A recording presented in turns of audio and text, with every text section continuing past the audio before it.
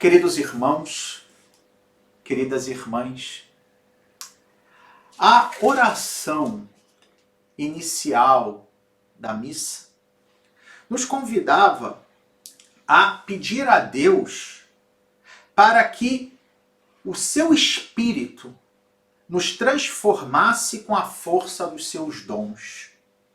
Vale a pena escutar de novo essa oração. Nós vos pedimos, dizia a oração, ó Deus, que o vosso Espírito nos transforme com a força dos seus dons, dando-nos um coração capaz de agradar-vos e de aceitar a vossa vontade. Eis aqui, queridos irmãos, queridas irmãs, o que os 7 dons do Espírito Santo fazem em nós.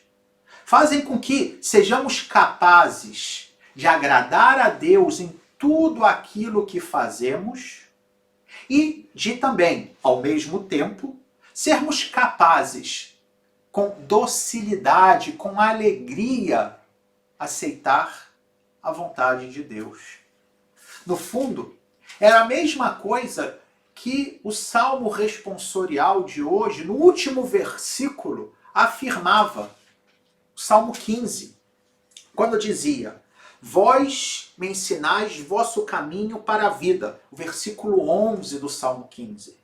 Vós me ensinais vosso caminho para a vida.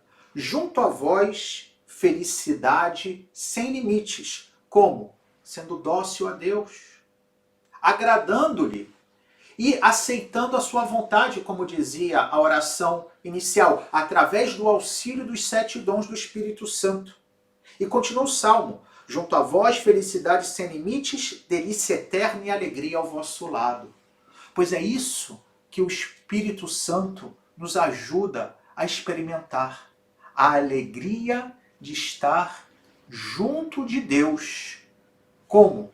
Agradando-lhe na medida em que nós aceitamos a sua vontade. E qual é a vontade de Deus? O Evangelho de hoje coloca de forma muito clara a vontade de Deus no modo mais direto e fundamental. Quando Jesus, sempre nessa oração que ele dirige ao seu Pai, nos últimos momentos da vida de Jesus aqui na Terra, está no capítulo 17 do Evangelho de São João, em que Jesus pede, nesse diálogo confiante com o seu Pai, que todos fôssemos um, como Ele é uma só coisa, uma só realidade com o Pai.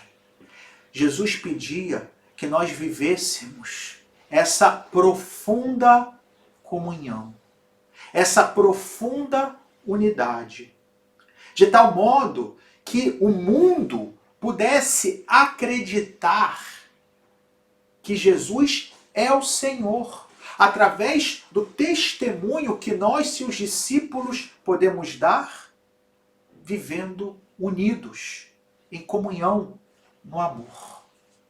Porém, para isso, para darmos testemunho e para vivermos em comunhão, de tal modo que o mundo se converta, é preciso que nós estejamos atentos a 2 tentações. A primeira delas é a tentação da mundanidade.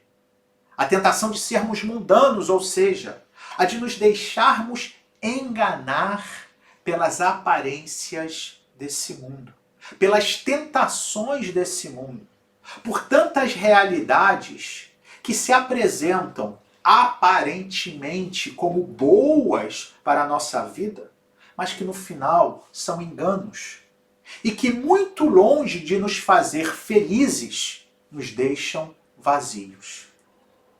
Uma outra tentação ligada a essa de sermos mundanos é a do medo em relação à opinião dos outros. O medo em relação ao que os outros podem fazer conosco se somos coerentes com a nossa fé. E diante dessas 2 tentações, há 2 dons do Espírito Santo que nos ajudam. Ontem, nós falamos do dom da sabedoria, do dom da inteligência e do dom do conselho. Pois bem, hoje, diante do que a palavra de Deus nos coloca, trataremos de outros dois dons do Espírito Santo. O dom da ciência e o dom da fortaleza. Em primeiro lugar, o dom da ciência. Como o próprio nome indica, ciência se refere ao conhecimento das realidades que estão diante de nós.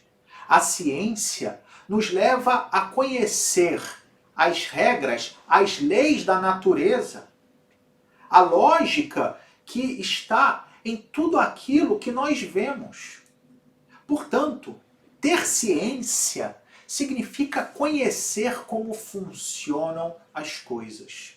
Porém, nós estamos aqui falando de um dom do Espírito Santo. Portanto, não se trata simplesmente da ciência humana, mas uma ciência inspirada pelo Espírito Santo. Isso significa enxergar o mundo como uma obra de Deus. E é justamente através dessa luz do Espírito Santo, do dom da ciência, que nós poderemos escapar da tentação da mundanidade. É através dessa luz que nós veremos o mundo não como um lugar de tentação, não como um lugar de engano, mas no fundo como a obra de Deus. E vamos encontrar a Deus no mundo, longe de nos deixar enganar por aquilo que há de mentiroso, de aparência que não é aquilo que Deus quer. No fundo, pelo dom da ciência, nós somos capazes de contemplar o mundo, mas também as pessoas, os acontecimentos, como uma pessoa vai num museu e vê uma belíssima obra de arte. E contemplando aquela bela obra de arte, é capaz de imaginar a grandiosidade do autor dessa obra. Pois é isso que o dom da ciência faz conosco, que olhando a criação, que olhando a história, que olhando o nosso irmão, a nossa irmã, o nosso próximo, vejamos a obra do Criador e olhando a obra do Criador, possamos louvá-lo.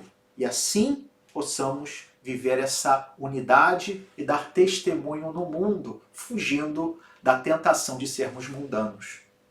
Por outro lado, diante do medo, diante da preocupação tantas vezes exagerada com a opinião alheia, o dom da fortaleza é aquele mediante o qual o Espírito Santo nos faz mais corajosos, faz com que cresçamos na confiança de que Deus não nos deixa sozinhos.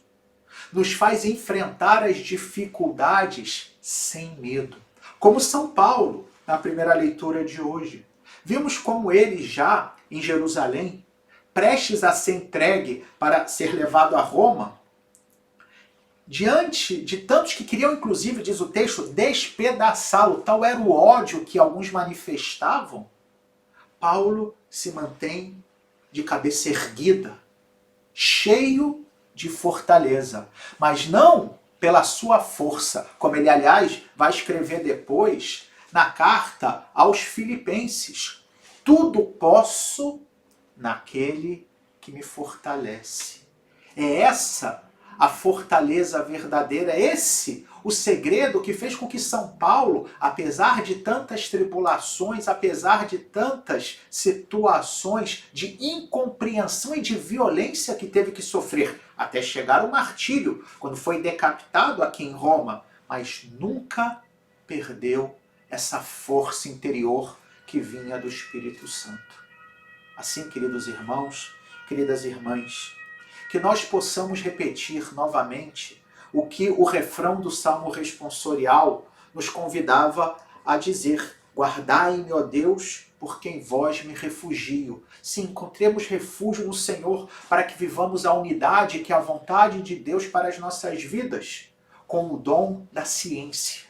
E que sejamos guardados pelo Senhor, protegidos através do dom da fortaleza, para que não fujamos diante do inimigo, para que não tenhamos medo daqueles que podem pensar mal de nós ou inclusive fazer mal a nós, porque o Senhor é a nossa força, o Senhor é a nossa rocha, o Senhor é nosso Pai e há de sempre nos acompanhar.